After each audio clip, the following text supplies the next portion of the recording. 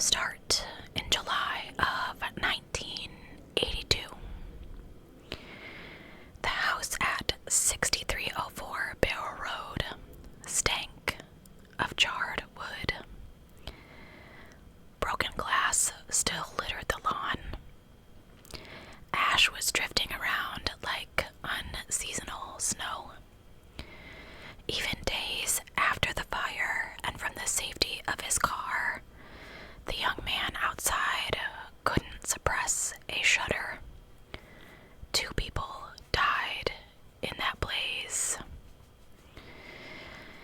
He really hadn't meant to stop here. It was perverse, even worse than rubbernecking. As though he and his nice, clean car were mocking these scorched bones of the house. But, amateur psychic that he was, he couldn't bring himself to leave. Not yet. Although he did roll up his windows, despite the Virginia heat. Wood smoke was not the only smell. A far more acrid stench radiated from the house, one that took him a minute to place. And once he did, his stomach turned. It was burnt hair. And there was something else on that breeze, too. Not an odor, but a feeling. A pulse, greedy and alien, that pressed up against his car like a dark sea. The sensation that told him this unexplained blaze was no accident. There was something very wrong with this place. He wasn't the only one who thought an evil presence caused the fire on Barl Road, and soon the house would go down in history. In one of the first and only cases on public record, a ghost was blamed for murder. 1 year earlier, it was a cool but pleasant afternoon in March of 1981, when Esperanza and Gary Bowsky moved into their new place. Their friend Bruce was already there unloading boxes into the first of 3 bedrooms. Eppie's parents, Cuban immigrants who had brought her and her siblings to America when she was 6, were unconvinced that a single man they knew from school was the right choice of housemates for newlyweds. Gary's family was just happy that he was staying out of trouble. Caveats aside, the Bowskys were excited to start their new life. They'd been married almost a year, but the house on Barl Street was their first real step towards their future together. And if an extra source of income was necessary in order to make that possible, so be it. Eppie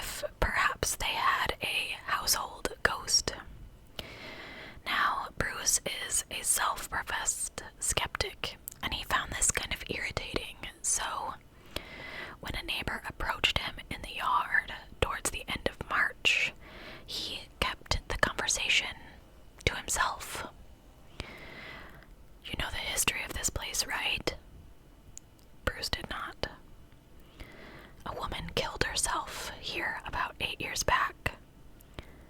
She hung herself in the basement right before Halloween. The neighbor relayed this information with kind of a voyeuristic glee, and Bruce really saw no need to play into the neighborhood gossip. He didn't want to encourage the Belovskys, and if more dishes broke in their new house than usual, well, that was just bad luck. Except it wasn't just the dishware. As the weeks turned into months, the trio began to notice more odd things about the house. Unexplained smells from the kitchen sink, like smoke infused with rotting flesh. Sounds at night from the walls, from the basement. They chalked it up to moldy pipes and rats, or maybe raccoons trying to get to the trash. Trapped by the fact that he'd already chosen to lie, Bruce continued to keep his silence about their new home's past. While all three of them tried to ignore the uncanny aspects of the house, the Belovskys' days grew stranger. Dishes broke around them far more often than around Bruce. Sometimes when Epi got home from work, she found Gary in the kitchen with his flute, and her stomach would just tighten with this unease that she couldn't place. No one else was in the house, but it felt as though there were eyes on her, and especially on her husband. Spring crept on towards summer, sunlight stretching out over the lawn, and Epi did her best not to worry. She and Gary weren't religious. Their marriage had been a simple civil ceremony, but she remembered the old stories from her family back in Cuba, of the in-between places and the dark things that slept there. Mysterious deities called Oricha, unevolved spirits who attach themselves to vulnerable people. One morning in early May, Epi woke before her husband and Bruce. She made her way to the kitchen, already tasting that first sip of coffee, and she swallowed a scream. A pretty auburn-haired woman sat at the kitchen table, holding a mug with both hands. "Hi, Epi," she said. Epi couldn't speak. The air curled around them as the woman eyed her up and down with dark, unimpressed eyes. And she said, "You may think your life is perfect, but when you're at work, I'm here with your husband." Fear contorted Epi's vision. The walls behind the woman seemed to breathe, shadows deepening around the room. The farthest corner was black as tar, but in that darkness, something shifted. Rage warred with terror, and Epi broke her paralysis. She rushed forward, but hands closed around her arm, yanking her backwards out of time. Epi jolted and thrashed, and Gary caught her before she fell out of bed. It was several pounding heartbeats before their bedroom came into focus, and she'd realized it had all been a dream. That woman and her knowing smile, the spidery movements of the shadows in the corner, none of it was real. Epi laughed it off in the fragile light of dawn, but that nightmare marked a turning point. As May slipped to June, the air, now humid and noisy with flies, the incidents on Barl Road grew from the occasional oddity to what Epi described as heavy-duty activity. Inexplicable knocking and footsteps kept the trio up at night,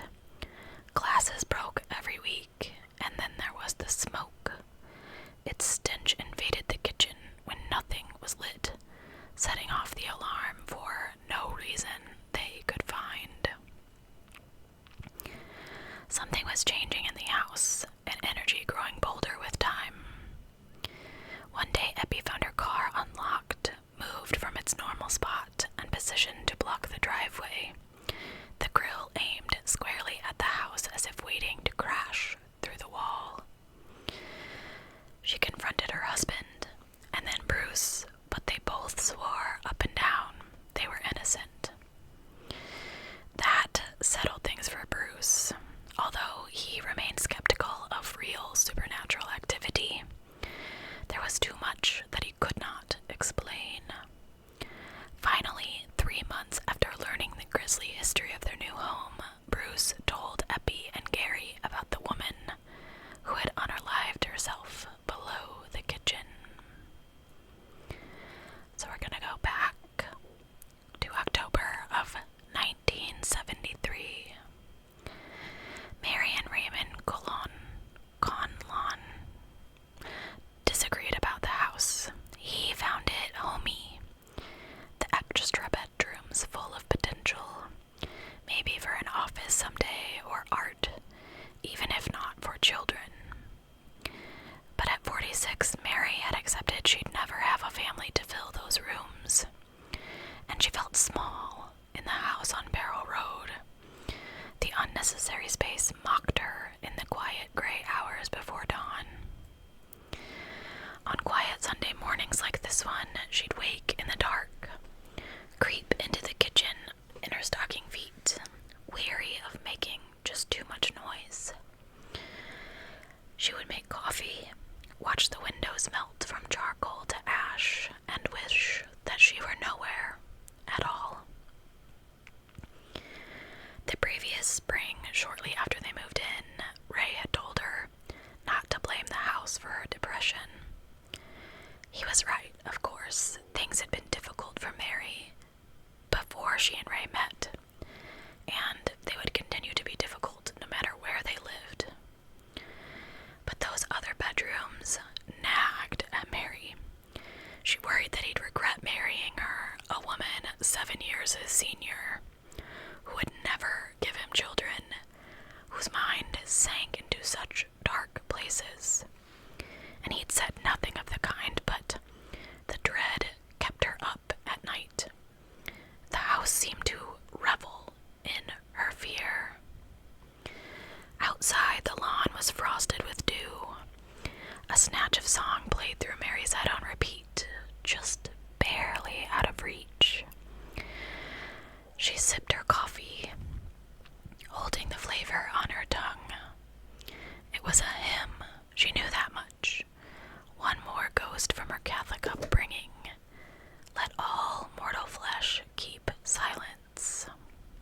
Sorry, I hit the little thing over here. Noise from the master bedroom knocked the tune from her mind, and she rose. She preferred to keep the basement heater off until it dropped below freezing, but Ray liked warmth. That awful hymn came back as she padded downstairs and across the concrete floor. Mary hadn't been to a service in months, and nobody knew the sin that she'd tried and failed to commit earlier that summer.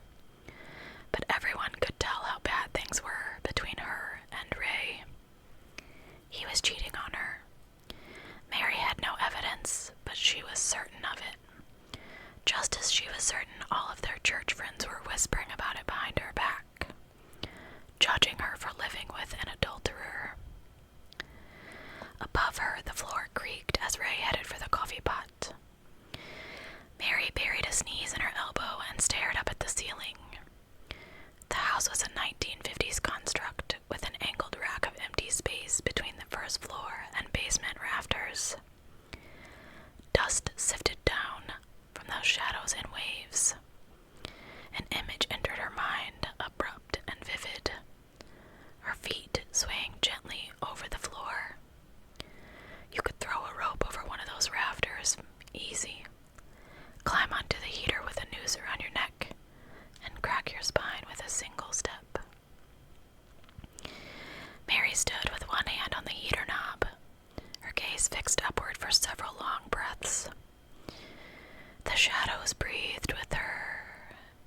then she went upstairs to fix her husband his breakfast. 1 week later, she took a length of gardening rope into the basement, and she did not come back out.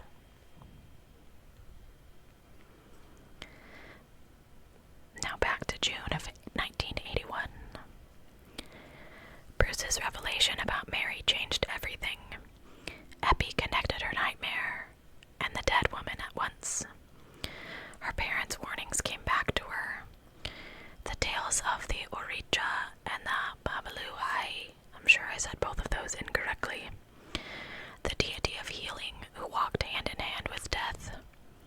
Scarred by disease that melted lesions into its skin, the Babaluai hid its leper's face beneath its own long hair, and according to some, would turn on people if it felt laughed at or ignored.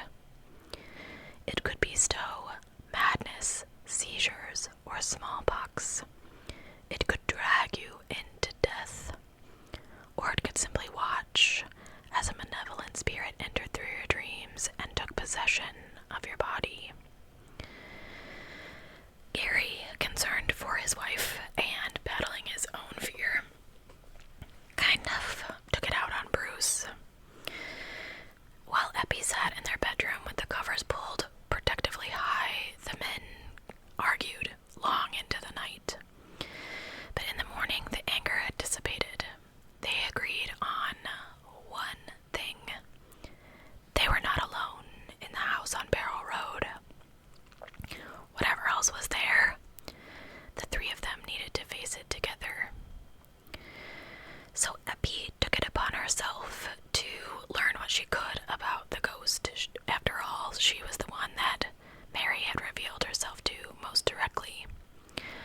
She was stonewalled by officials who cited the Privacy Act. There were whispers, though, among first responders to Mary's death. Firefighters called to the scene remembered Raymond standing shell-shocked in the unusually immaculate house. "She's in the basement," was all he would say. County firefighter Wallace Dean led the way, and what he found below the kitchen would haunt him for years. We went downstairs and we turned right, and we saw nothing. And then I turned left, and there she was, he said. Maybe it was the angle at which she'd been hanging, but it gave me an eerie, kind of strange type of feeling. So in addition to pounding the pavement through official channels, Eppie also went to the neighbors, as Bruce had. And she was able to confirm Mary's death by hanging came after a failed unaliving attempt 8 weeks prior. And according to local opinion, Mary had been terribly disturbed. Now, unexpectedly, this knowledge inspired a sympathy instead of fear. The neighbors told Eppie how volatile Mary had seemed, how unstable her marriage was. Ray had stayed in the house after her death, and less than 3 years later married a woman 10 years Mary's junior. And Eppie was sensitive about the fact that Gary had been married once before. She could only imagine how painful it must have been for Mary to linger unseen while Ray built a new life with someone else. She noted that she could identify with the kind of intensity that she felt. So with this greater understanding of Mary's story came a different perspective on her spirit. She caused no real injuries, and as Eppie later noted, you kind of have to convince yourself that she can't overpower you, and then she's not harmful. Slowly but surely, the Bowskys grew accustomed to living in a haunted house, and even to kind of enjoy it. "You can live here," Eppie told the spirit, as though welcoming a guest, "but please don't break anything." Sure enough, the mysterious occurrences grew less threatening and more like pranks. Balloons popping simultaneously, hairpins scattering onto the floor. "I guess she grew to like us," Eppie commented. So while Eppie and Gary began to grow accustomed to their otherworldly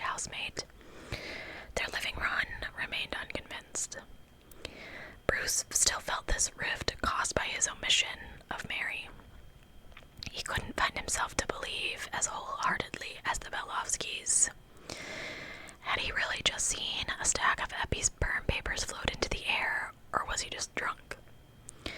Perhaps he should have kept quiet about Mary's death after all. But it was too late. As far as Eppie and Gary were concerned, all the strange things that happened in the house were now firmly the fault of the ghost. Having decided their case was a haunting, in June of '81, the Bowskys reached out to the American Institute of Parapsychology. They were directed to a Dr. James McLennan, a Vietnam veteran turned graduate student studying sociology and parapsychology. Still early in what would become a lifelong career of paranormal research, he jumped at the opportunity to observe the ghost. Over the next few months, the affable young scientist became a household regular, quickly befriending Eppie and Gary, and even winning over their more skeptical housemate. Yet despite his eagerness, Dr. McLennan experienced none of Mary's antics himself.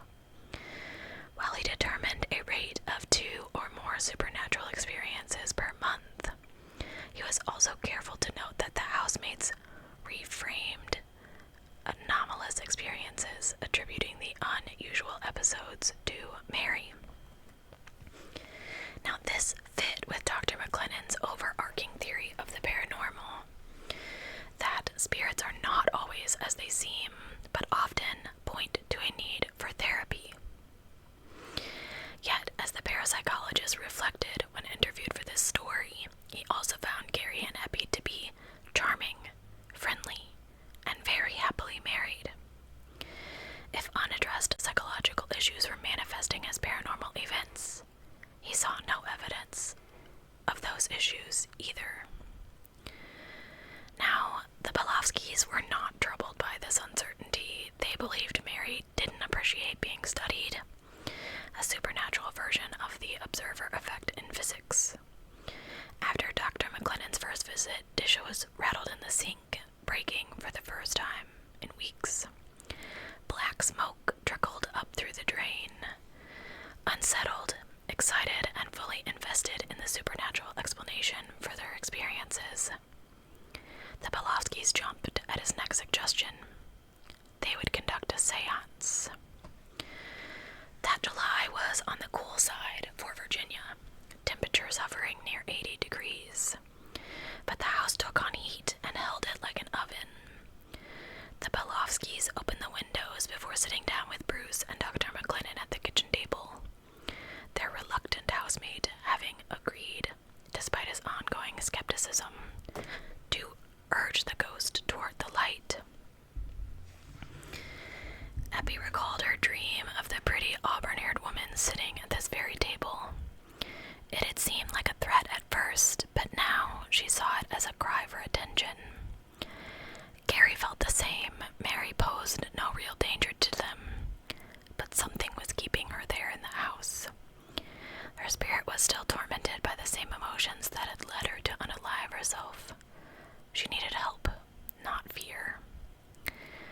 The seance began in fits and starts, nobody quite sure what to expect. Wine and candles and a little pot set the mood. Gradually the room quieted as the 4 of them concentrated on Mary and her death.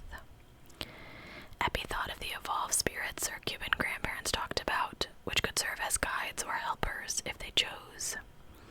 She had begun to consider Mary this way, almost like a protector. But it was obvious that the ghost was unhappy. Evolved or not, she deserved peace.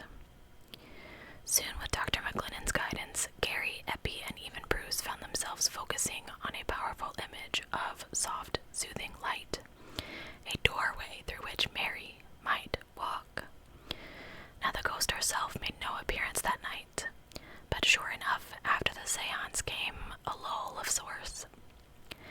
In his next follow-up, Dr. McLennan recorded a dramatic decrease in inexplicable events after July. While it seemed they had failed to send Mary into the light, Eppie and Gary were convinced they had helped ease her torment. How else could you explain fewer glasses breaking or the lack of smoke from the kitchen sink? Bruce kind of had a different answer. Perhaps the ghost had never existed in the first place. And now that they'd collectively convinced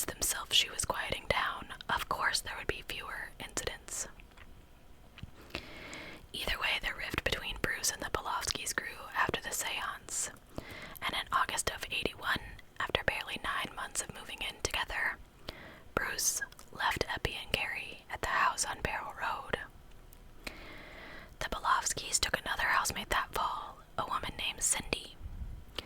Unlike Bruce, she believed in ghosts, and she wasn't fond of the Bowskys' household spirit.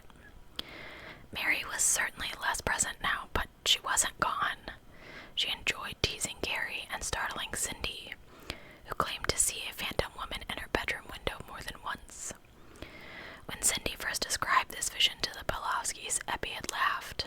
She had not described Mary to their new housemate, and yet the phantom was a perfect match for the redhead that Eppie had dreamed about months before. Cindy was less amused, and not long after, she followed Bruce's example and moved out. Despite their difficulty holding on to housemates, the Bowskys were used to Mary's interference, and they even took it public. On October 30th, 1981, local reporter Rosemary Donovan profiled the house for the Alexandria Journal in a piece titled "Local Place Where Things Go Bump in the Night," in which Eppie and Cindy described Mary as more or less friendly.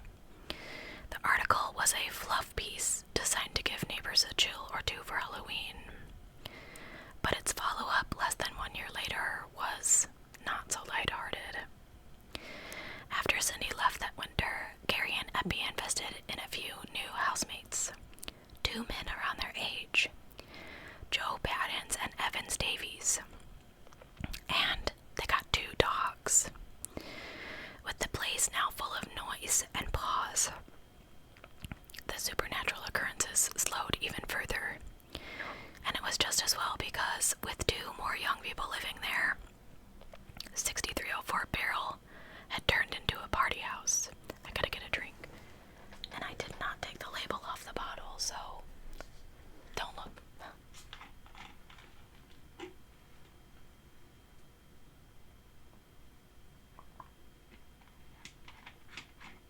My goodness. I keep inhaling the little fluffy things. Now, Eppie and Gary were not convinced that Mary was gone, but that spring their focus on her waned. After months of organizing their lives around the spirit, whether out of fear or in their attempts to help her, they drifted back towards their own interests.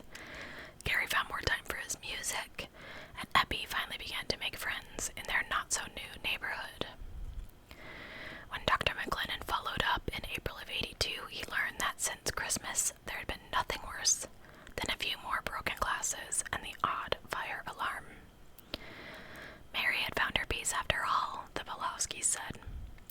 Life would go on as though their house was never haunted. But Mary's death wasn't the first drama at 6304 Barrel Road, and it would not be the last. October 1972.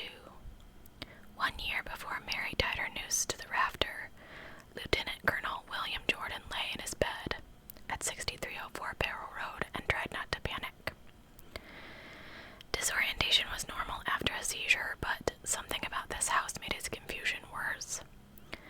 The shadows were deeper than they should be, and sometimes he thought he saw movement in the dark, or heard impossible sounds like gunfire or alarms. The stairs creaked with the return of his wife, Virginia, the wooden floors amplifying the noise, and Will's head throbbed at the pounding footsteps from below. Their 3 children playing tag. He couldn't tell them to stop. He felt guilty enough at how little time they spent together. Only dinners and church these days. Jenny slipped into the master bedroom with a glass of water and a washcloth over one arm. "You'll take it easy tonight, right? I need to reply to Colonel Stoner tomorrow." Jenny didn't like that, her slight frown betraying her, but she wouldn't argue. She'd stood by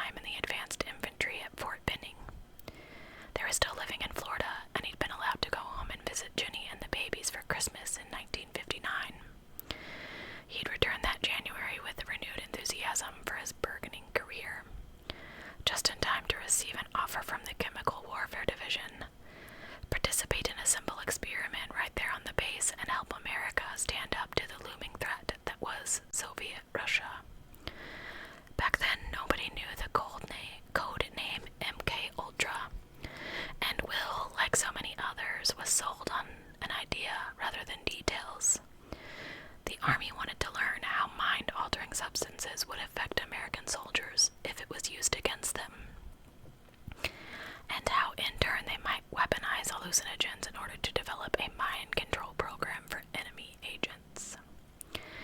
30 volunteers at Fort Benning were told they would receive a single dose of LSD-25, and that they would then be observed and questioned under its influence before returning to duty a mere 12 to 14 hours later.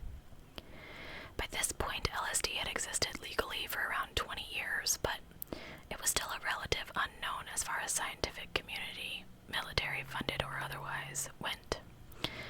Ken Kesey wouldn't begin hosting his LSD-fueled parties for another year or so, and acid hadn't been adopted as a defining element of hippie counterculture. Will, a Christian and father of 3, was aware of its reputation for psychedelic experiences and also of the fact that this might be his only chance to give it a go. A good trip for a good cause. But the reality was somewhat different. It was a complete personality disintegration, Will told Senator Edward Kennedy in 1977 during the infamous MK Ultra trials. In some instances, a person becomes almost like a schizophrenic paranoid, without any ability to control his own actions, emotions, or thoughts. And during those 12 hours, Will experienced a loss of self that would never entirely leave his thoughts. But that wasn't the only nightmarish trip that drove Will to write letter after letter to Army generals, all the way up to the Chief of Staff. 1 year after the experiment, he developed grand mal epilepsy, and then his wife's miscarriages began. There's no concrete link between LSD and late-onset seizure disorders, and the impact of hallucinogens on fertility is possible, but not extensively studied. None of that mattered to Will, though, particularly as so little was known at the time of his experience. All he knew was that he'd entered a realm of total psychological decompensation. Then he lost control of his body, and now it seemed like his wife was being punished along with him. After a decade of doctors and ineffective cures on top of active duty, Will committed himself to demanding justice for himself and his other fellow volunteers. He wanted official recognition of what the U.S. Army had done and a medical follow-up for participants. This campaign drove him and his family out of Florida and up to Alexandria, Virginia, in order to be closer to the commanding officers that Will believed might help. Unfortunately, their time on Barl Road was corrupted by a growing despair. In your closing remarks, he wrote to Colonel John Stoner Jr. that October, "You stated you hoped your reply had been of help to me. It has been of help, sir. It has helped me to understand that there is a clear and apparent conflict between my own moral and ethical values and those of the United States Army." Meanwhile, his seizures were worse. They triggered a return to that paralyzed, terrifying place where he couldn't control his thoughts, where horrible images dashed through his mind and played with the shadows near his bed. The walls themselves seemed to watch, moving closer and away as if breathing. Whispers mocked him from the dark. Will didn't always know where the flashbacks came from, deployment, the LSD, but it took longer and longer to recover from each episode. Every letter returned unread or brushed off with a polite dismissal stole a little more of his energy, forcing his wife to work that much harder to keep their home peaceful and relatively happy. The days flowed into one another in a tide that began to feel darker, thicker, and impossible to rise above. As spring turned to summer and summer to fall, Will's choice became clear. He could stay on Barl Road and lose his family, and maybe his mind, or he could retire from the service and continue to fight for acknowledgement from a calmer, more familiar place. In the winter of '72, the Jordans packed their bags and departed for Florida. It would take 10 years for anyone to wonder what they may have left behind. In some ancient cultures, it was believed that the falling sickness was worse than a neurological disease. It was instead a signal of demonic interference. A tablet found in Iraq almost 27,000 years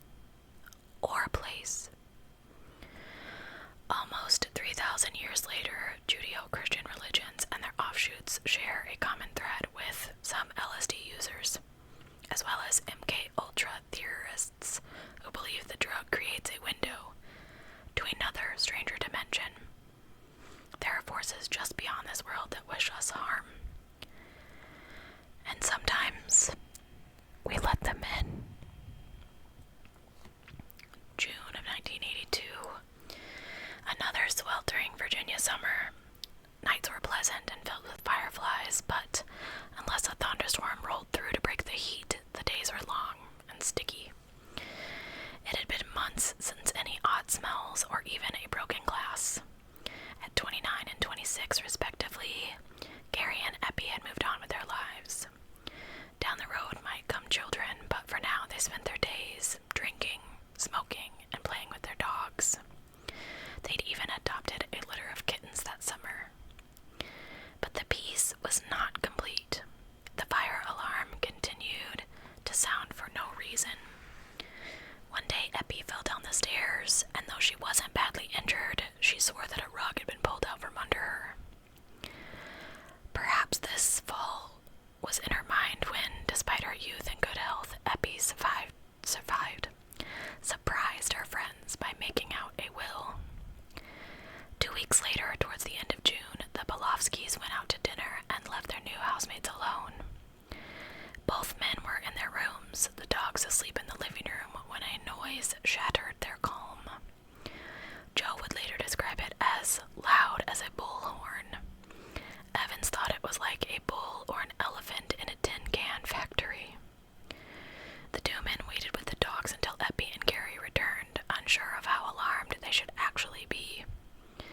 The Bowskys laughed it off, and, as if the spirit was angry at their dismissal, the next day smoke spooled up from the kitchen sink. The previous fall, Gary had stopped trying to find natural reasons for these kind of anomalies, but now he went down to the basement to check, peering around the shadowy room where Mary had hung for hours on that long-ago Sunday morning. He found nothing. A week after the bullhorn and phantom smoke, Epi was in the shower when the bathroom door creaked open. She called for one of the dogs, and then the other, assuming one of them had nosed its way in. No dog shuffled past the shower curtain. Epi reached across the small room and pushed the door closed. She was barely back under the spray when the hinges squealed a second time. This time, Epi got out of the shower altogether and glanced into the hallway. No one was there. She closed the door again, ensuring the latch engaged, and returned to her shower. When the bathroom door opened a third time, Epi was certain that the ghost was back. She was annoyed but not truly scared. When her friend Lorraine visited later that afternoon and asked how things were going, Epi waved a hand and said, "Mary's kicking up again." But the nerves wouldn't leave her. This didn't feel like Mary's kind of old playfulness. The door opening over and over while she was vulnerable it felt kind of almost mocking, meant to humiliate and scare. That night, she and Gary took their housemates up on an invitation to a party, all four of them in search of distraction. They stumbled home well after midnight, exhausted and tipsy. The Bowskys gathered the dogs in their room and went to bed around 3. An hour later, all 4 living occupants of 6304 Barl Road were fast asleep when a spark flared in the kitchen. It only took moments to catch. Joe and Evans woke first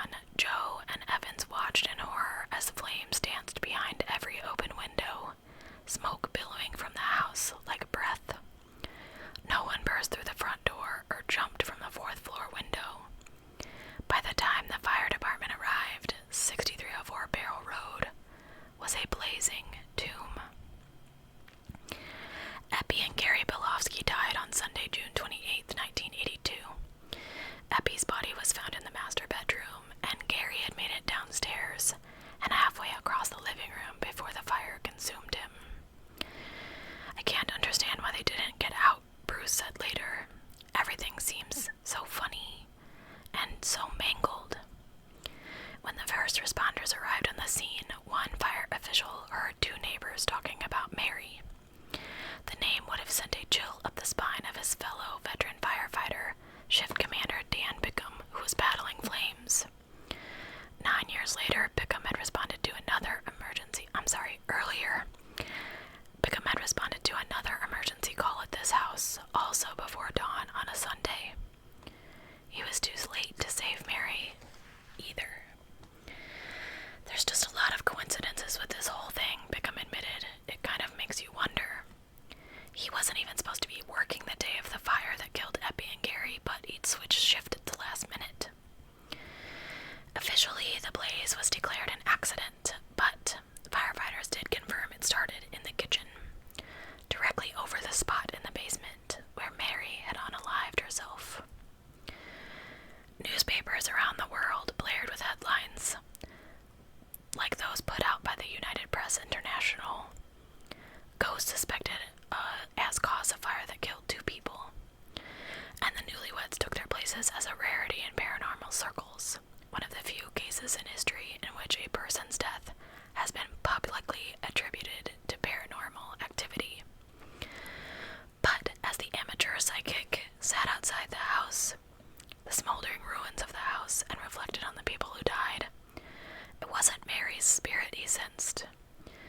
That ghost couldn't generate the darkness that welled up from this house like oil. When Rosemary Donovan spoke with him about his experience, he described it as best as he could. Waves of evil. Mary Conlon may have died and haunted that house, but it was her name published in the papers. Some people believe she wasn't the true threat on Barl Road. She was its first taste of blood. Will Jordan's secret history of suffering began with a dip into madness. His time in Virginia was its apex. The house became a flytrap for anger, grief, and isolation. And perhaps for whatever entity, they used his pain as a gateway into this world. After leaving Barl Road, Will found happiness in Florida. In 1973, he received a more substantive response to his letters. In 1974, the Army finally delivered his long-awaited medical follow-up. Although inconclusive, this gave him some closure. At the very least, he'd been heard. He passed away peacefully in 20